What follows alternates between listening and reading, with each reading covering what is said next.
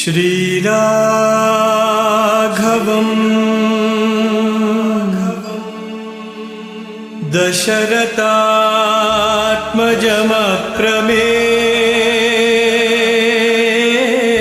दशरथात्मजमप्रमेयम् सीतापतिम् रघुकुलान्मयरत्नदीपम्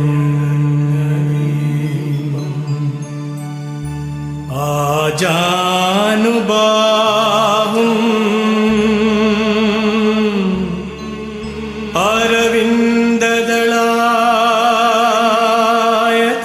अरविन्ददलायताक्षम्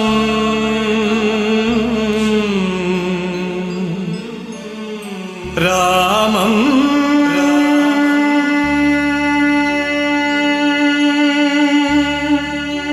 निशाचर विनाशकरम्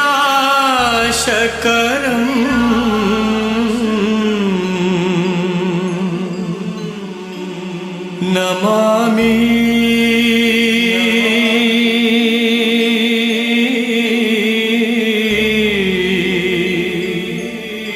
Namami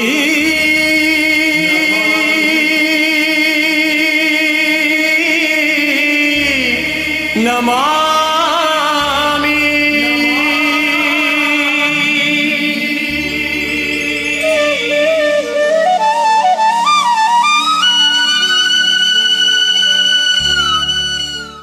Ramakatha Rasavahini. Chapter 7, Part 4.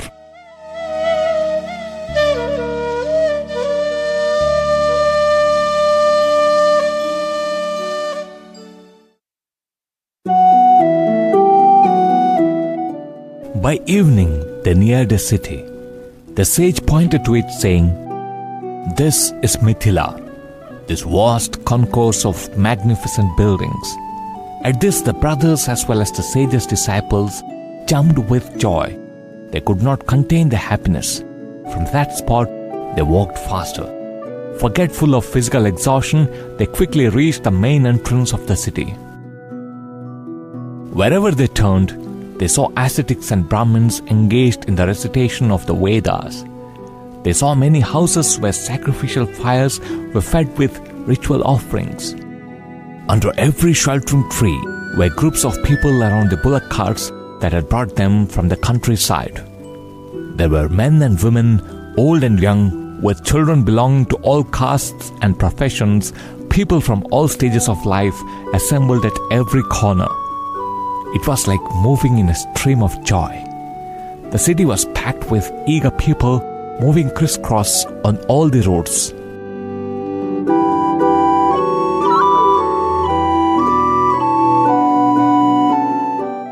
The sage and his followers reached the embankment of the tank, which was comparatively less crowded, for they had to decide where to stay and were not yet quite sure where. The time for evening ablutions had drawn near, so they kept their belongings on the bank, took their bath, and finished the prescribed rites. Since a yajna was imminent, courtiers and warriors from the palace were moving among the monks that were arriving every hour, trying to find out their names, the gurus and the hermitages with which they were affiliated, and their spiritual status, and whether they had been specially invited for the occasion. Emperor Janaka insisted that all such information be communicated to him without delay. Vishwamitra finished his ablutions and rites and sat on the embankment with his disciples and the brothers, who looked like twin stars fallen from heaven upon the earth. He was describing to them the glories of Mithila. Meanwhile, a courtier from the court approached them very politely and inquired, "Master, please tell me who you are. Where have you come from? We are the king's messengers and are only obeying orders and carrying out our duty. If you tell us your name, we can inform the king of your arrival." When the messenger hurried straight to the palace and told the Emperor Janaka that the sage Vishwamitra had arrived, he made arrangements appropriate for the reception of a great sage and sent the chief Brahmins, priests and pandits of the court under their leader Satyananda to Vishwamitra. Om Yopam Pushpam Veda Pushpavan Prajavan Pashuman Bhavati. The group from the palace approached the embankment, reciting Vedic hymns of welcome and good wishes, and Vishwamitra realized that they were coming to take them to the emperor's presence. He directed Rama and Lakshmana to prepare themselves to go with him. Everyone got ready. Meanwhile, Satyananda honored Vishwamitra in true Vedic tradition, as befitted a great master. He fell at his feet, offered refreshments consecrated with Vedic formulae, and announced with exemplary humility that he had come with others under orders from the emperor to accord him and all those with him the most sincere welcome. They left a palanquin at the place to bring the bags and baggage of the party and took the sage and others into the city, preceded by bands of musicians playing on their instruments.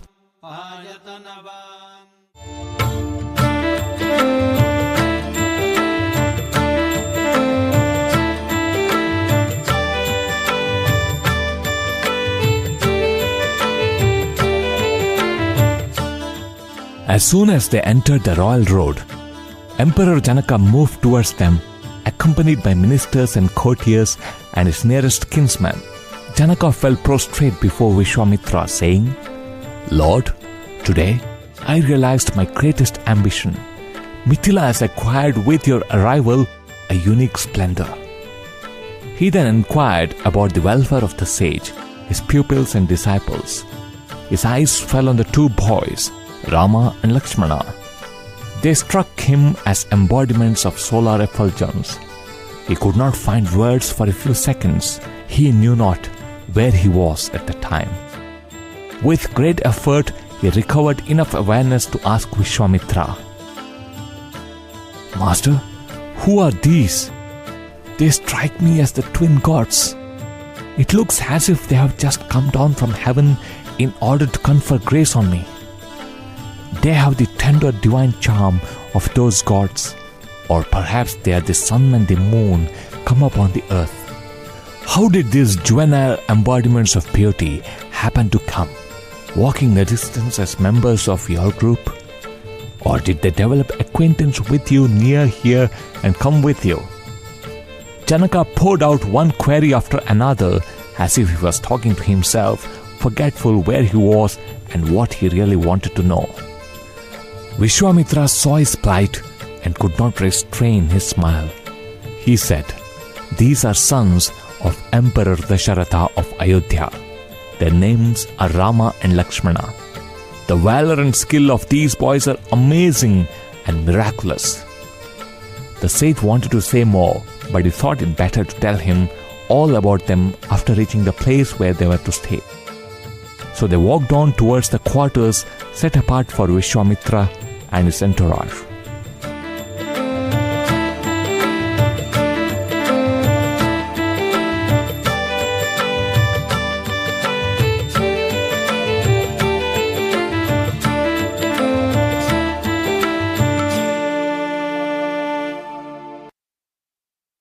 It was a pretty little new temple-like structure situated in the center of a lovely garden. It was tastefully decorated with greens and festoons. The place was heavy with silence. It was as if peace fell in heavy showers there from the wings of grace from heaven itself. It was quite adjacent to the royal palace. After showing them in, Janaka fell at Sage's feet again, saying, "Your arrival has given me immeasurable strength and joy. I'm sure this fortune came to me as a result of the merit earned in many lives. I will now take leave. For the yajna to begin, there is an interval of 12 days, according to the priests. Therefore, please stay on in Mithila and bless me." Vishwamitra assured him that he had no objection to his proposal and removed all apprehensions on that score from Janaka's mind. Rama and Lakshmana looked at each other as if that was too long a time to be away. Arrangements were made to give them rest and undisturbed sleep that night. Milk, fruits and other articles were provided for them from the palace. "I will take your darshan at dawn tomorrow," said Janaka. "It is not proper to delay your rest any longer, for you had a long and tiresome journey."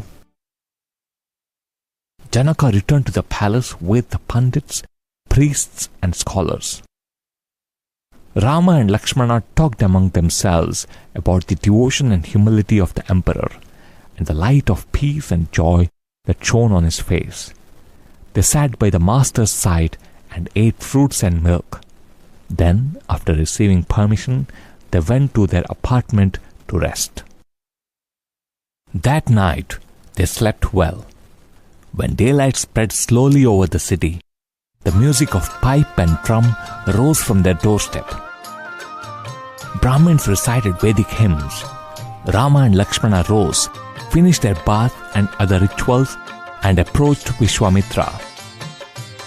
The sage gave them cups of milk to drink and said, "Sons, Janaka will be here any time now.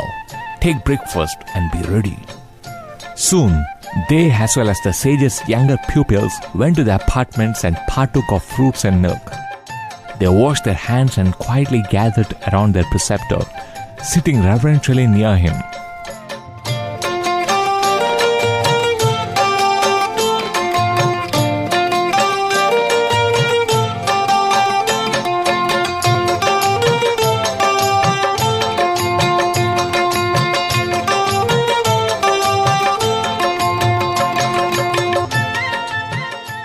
Meanwhile, it became known that Emperor Janaka was arriving with a royal preceptor in order to pay homage. The blowing of conches and the play of the traditional 9 instruments heralded the approach of the ruler of the realm.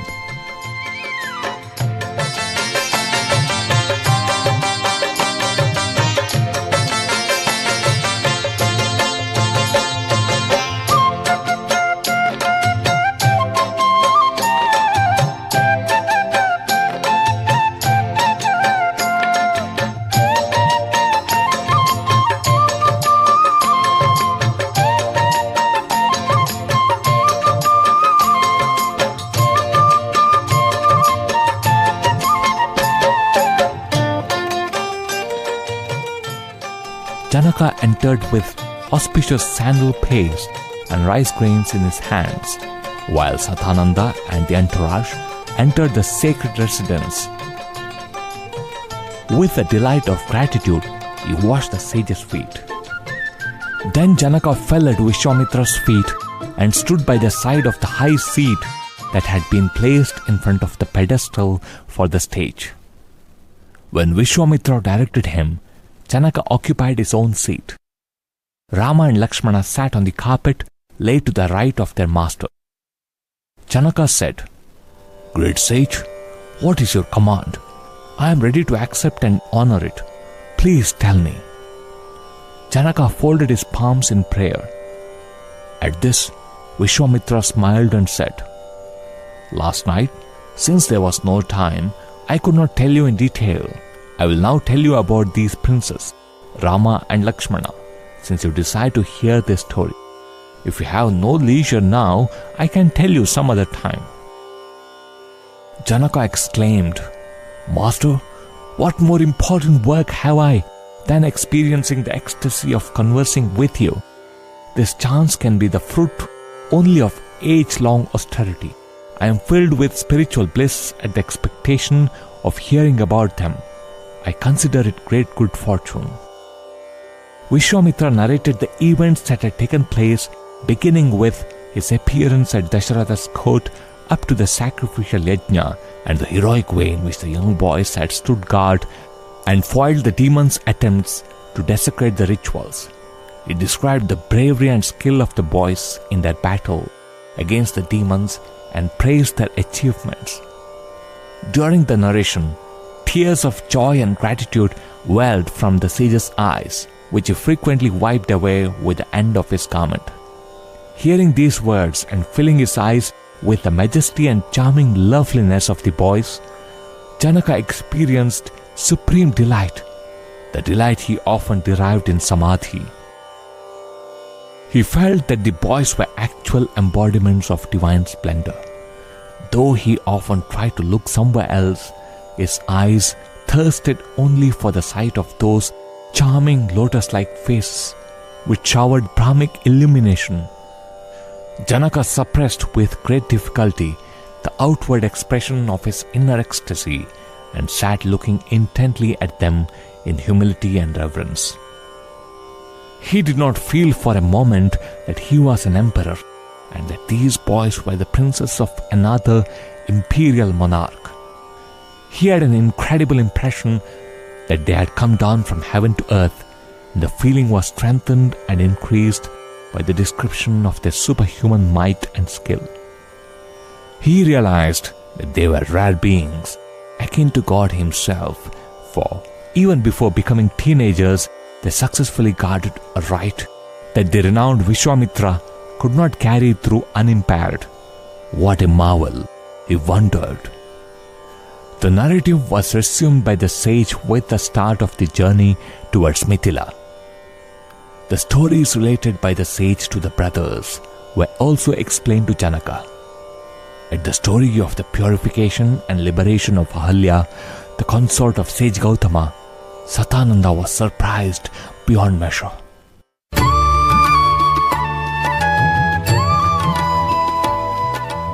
What? Has my mother been freed from the curse? Did these divine personalities render my mother holy and restore her to my father? Without doubt, they are divine.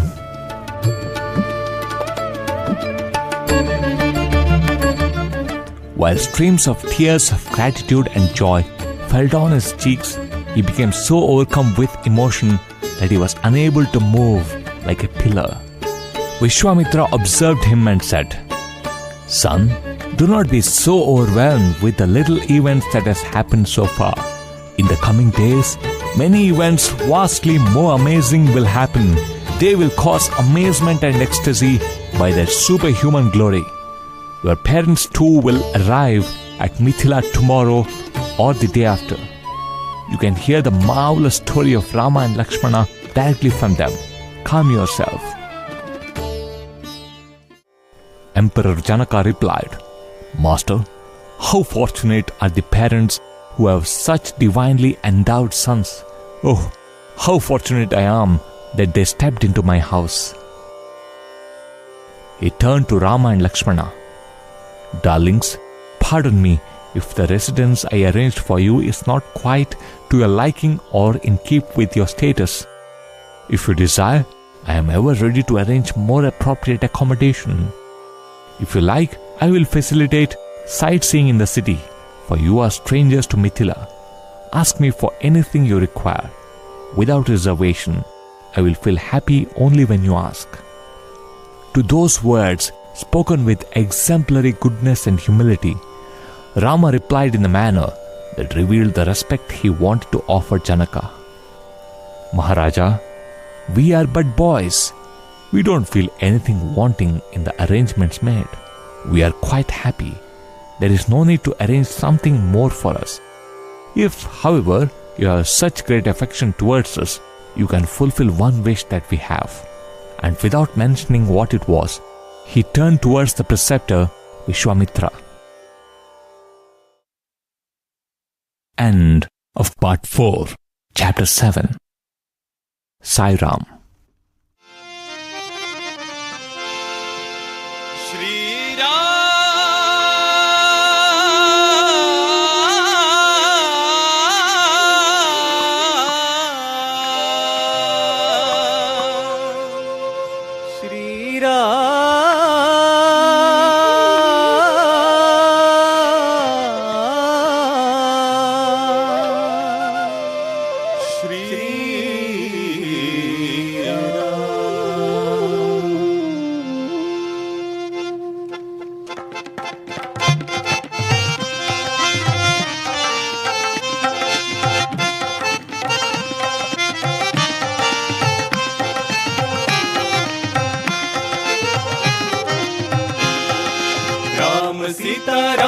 Sita Ram Sita Ram, Ram Sita Ram Sita Ram Sita Ram. Shri Ram ji की महिमा अपार, राम जी की महिमा अपार। सुन लो तो बेड़ा पार, सुन लो तो बेड़ा पार। श्री राम जी की महिमा अपार, राम जी की महिमा अपार। श्री राम नीरज नयना मुखारविंदा, श्यामल छवि अति सुंदर राम। करुणा स्वरूप श्री राम, निर्मल स्वभाव श्री राम। करुणा स्वरूप निर्मल स्वभाव, भक्तों के प्राण गुणशीलवान।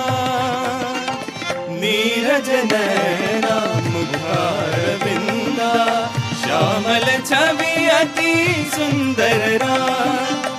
रविकुल मंडन दशरथ नंदन, मुनि मनरंजन नयन विराम। राम श्री राम श्री राम श्री राम, राम श्री राम। श्री राम जी की महिमा अपार, राम जी की महिमा अपार।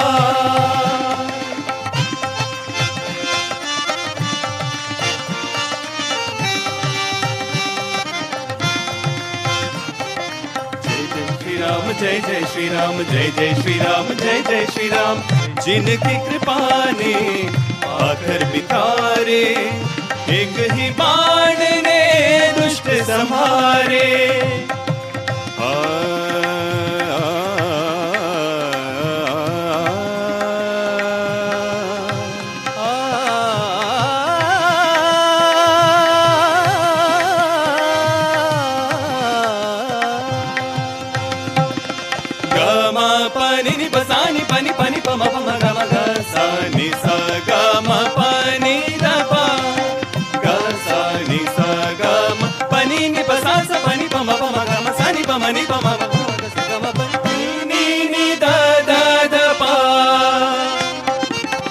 जिनकी कृपा ने पाथर बितारे, एक ही बाण ने दुष्ट संहारे। चरणों की धूल ने पापी उधारे, जन्मदिन उन्हीं का मना लो आज, जन्मदिन उन्हीं का मना लो आज। मुबारक हो सबको जन्मदिन की रात। रघुपति राघव राजा राम, पतित पावन सीताराम। रघुपति राघव राजा राम, पतित पावन सीताराम। राम सीता राम सीता राम सीता राम, राम सीता राम सीता राम सीता राम। श्री राम जी की महिमा अपार, राम जी की महिमा अपार।